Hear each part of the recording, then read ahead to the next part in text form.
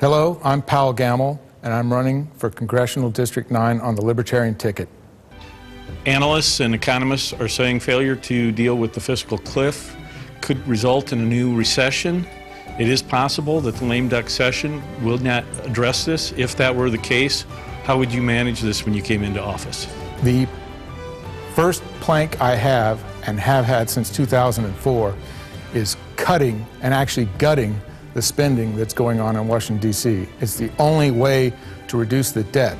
You've got to cut the federal budget, and if it was up to me, I'd basically get down to the point where we'd be hardly passing any money expenditures out of Washington, D.C. I'd close it down, and that's how I would deal with the debt. The other way of dealing with the debt is to round up all of the incredible amounts of property that the United States government has accumulated over the decades and decades it's been operating, and start to sell it off to the highest bidder.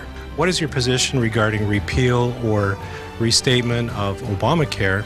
And secondly is, what can you do if you're in Washington to help small businesses to be able to provide reasonable health care for their employees?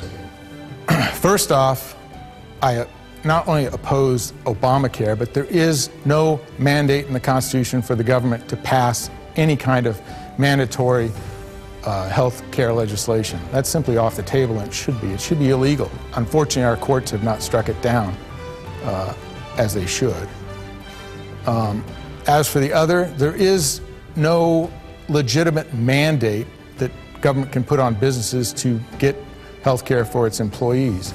The best way of getting health care to people is to reduce their taxes to nothing, which is on my plank, no taxes, and then you can take that money, which is stolen from you every year, and put it towards whatever you want it to go towards, including your own health care. In light of the ongoing criticism and conflict over Arizona SB 1070, what is your plan for comprehensive immigration reform? I am an open borders person.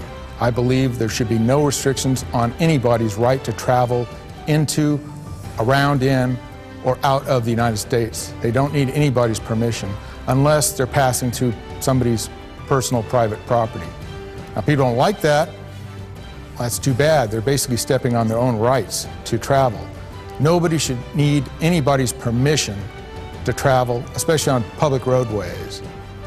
And nobody should need permission to come here and decide to work for other people or sell their goods to other people from outside of the United States. Why does everyone continue mudslinging when they know it turns people off? That's because mudslinging works. And it's been done since before we actually were a republic. And some of the cartoons, etc., that go back 100, 150 years ago were far more vicious than they are today. And frankly, I don't think there's anything wrong with it. Go ahead and mudsling all you want. It's up to the voters to decide what is real and what is just garbage that's thrown out there by other candidates.